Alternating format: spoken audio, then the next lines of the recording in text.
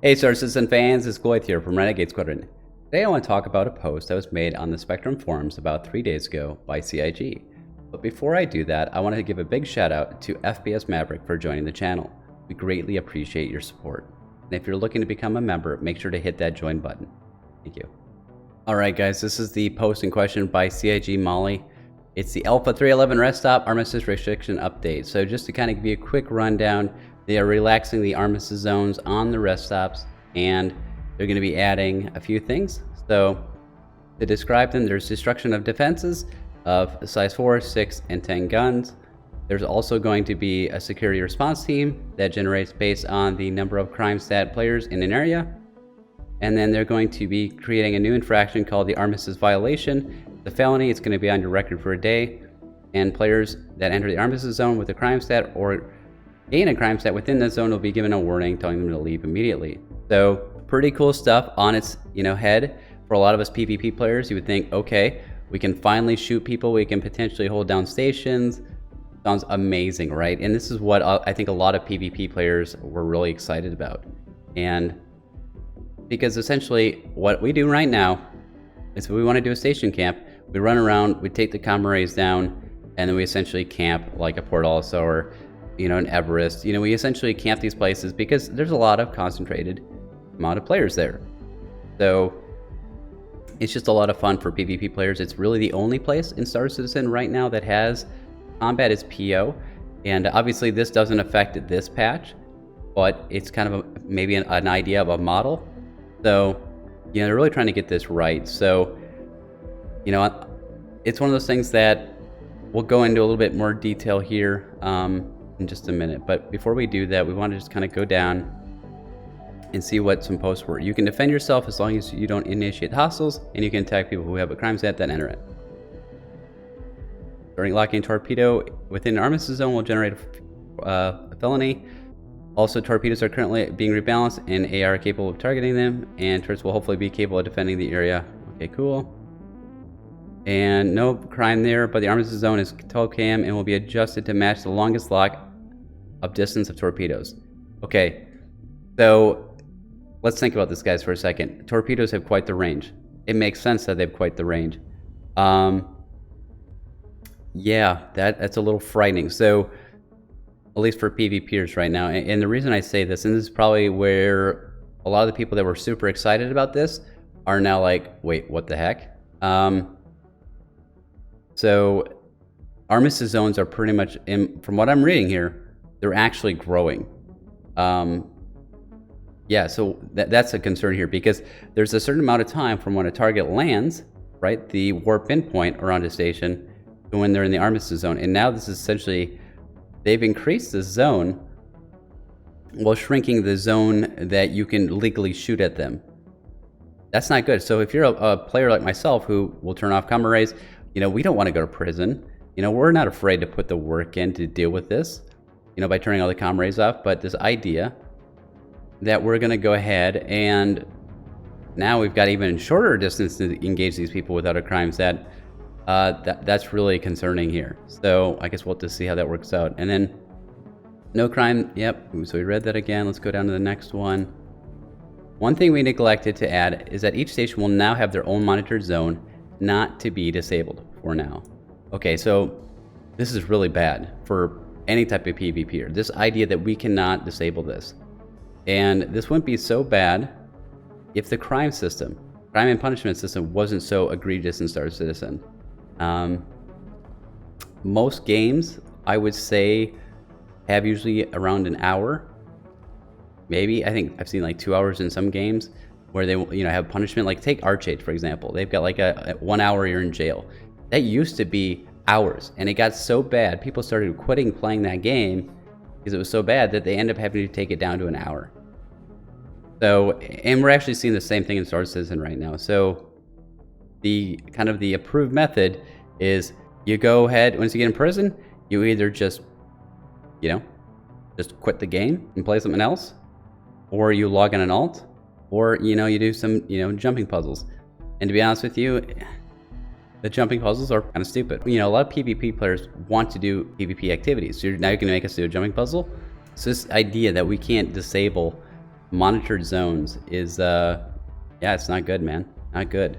I think it's also important to talk about what CIG can do. And I'm going to go ahead and pull something up.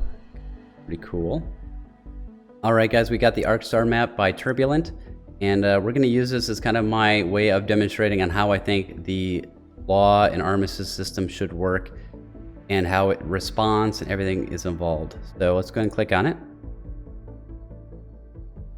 All right, guys, we've got Stanton here, and we're going to use PO as kind of an example of how I think it should work. So we have our comm arrays, we've got our moons, we got PO here. We're going to go ahead and zoom in just a little bit. And what I think it should work is kind of building off the current system, right? If we turn off a comm array, we should essentially cut Crusader off from any type of reinforcements, in my opinion. Now, that doesn't mean that the station can't defend itself, right? If a target is, if you're shooting people on the pad, it should sense that and say, hey, we're under attack, and it should start spawning missions to defend. It should make it very lucrative to spawn your ship and try and overwhelm the attacking force. I mean, it should pay out like 30, 40,000 credits just to try and take the station back. And it should really incentivize people to get there. To potentially, you know, obviously, people are on Discords or on TeamSpeaks. They can communicate. They can see, oh man, there's a mission here. It should encourage people to take these super lucrative contracts to take out the pirates that are locking this station down. Because if pirates, for example, are taking down the size 4s, the 6s, and the 10s, they should be able to hold the station and prevent people taking off. Because here's the thing, for pirates, we should be able to ransom people and say, hey, you know what? We've got the station here, guys. Give us 30, 40,000 credits and we'll let you take off. We can do it, right? And who knows, we might be able to do it with these changes already, but here's the thing. If the station guns are offline, we can do that. And if there's not this UEE Navy coming in right away to constantly break it up, we can do that. We can do that kind of role-play type of gameplay loop and not just be people just blowing people up, right? We have a reason. We're trying to, extort whatever as PvP players, right? It's really kind of a cool gameplay thing. But I think that there's a lot of potential here because guess what? The Star Runner is coming out. It is a data runner. Why do you need a data run if everything is universal? Data transmits all the place. It's because we've shut the system down. And I think that's where it comes is there should be a data running mission that spawns at PO. And what that mission does is probably a really expensive contract. It could be for like 50, heck, it could be 100,000. I don't know. It could be whatever price. But the idea is that you need to spawn your ship and you need to go from PO. Heck, you could come in from these other stations and land and get the mission and then fly off to say maybe an ArcCorp or a Hurston, right? And turn that mission. And once you turn that mission in, that is when the cavalry comes. That's when the UEE Navy comes in here with an overwhelming force to break this camp. And I think there's a lot of potential here, guys. We have this idea that, oh no, we can't have people shooting, that's griefing. No.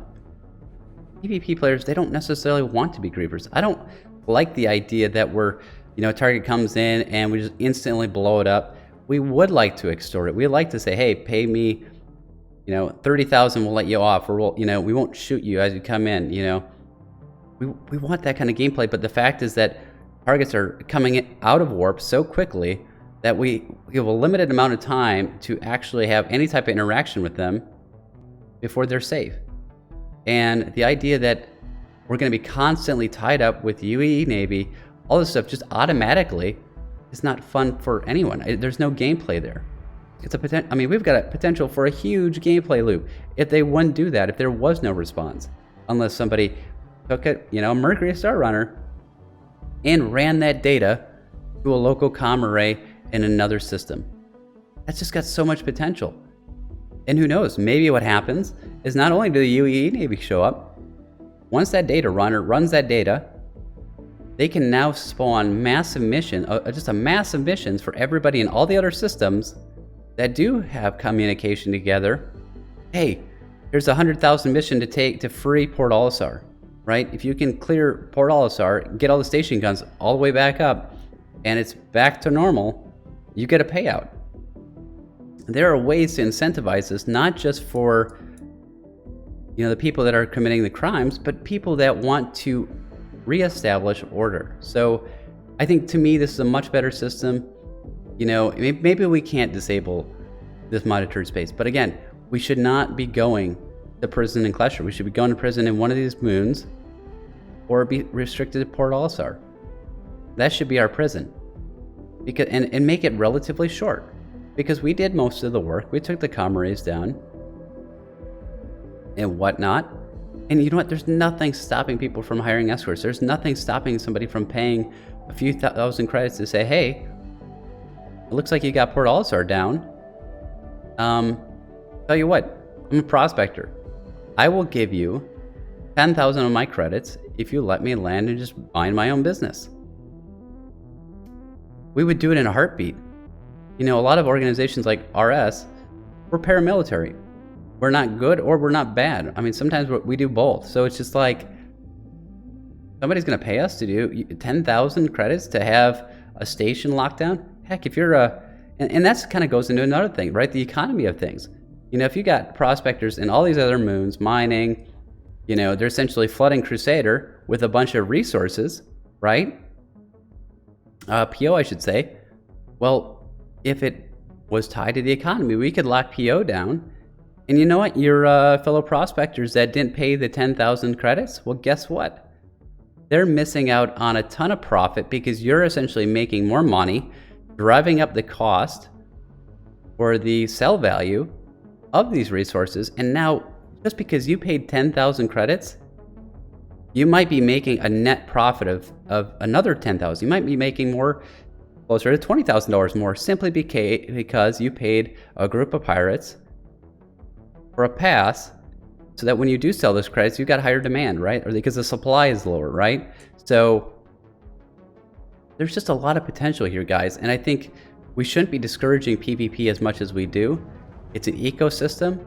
Anyways, this is kind of my hot take on this, guys. I kind of got a little bit long-winded here, but yeah, I think this is kind of how it should work. So, all right, guys, you know the drill. Make sure to like, subscribe, and comment on any of our videos made during the month of September for your chance to win the Tavaran Light Fighter. I'll see you guys next time. Renegade Squadron signing off.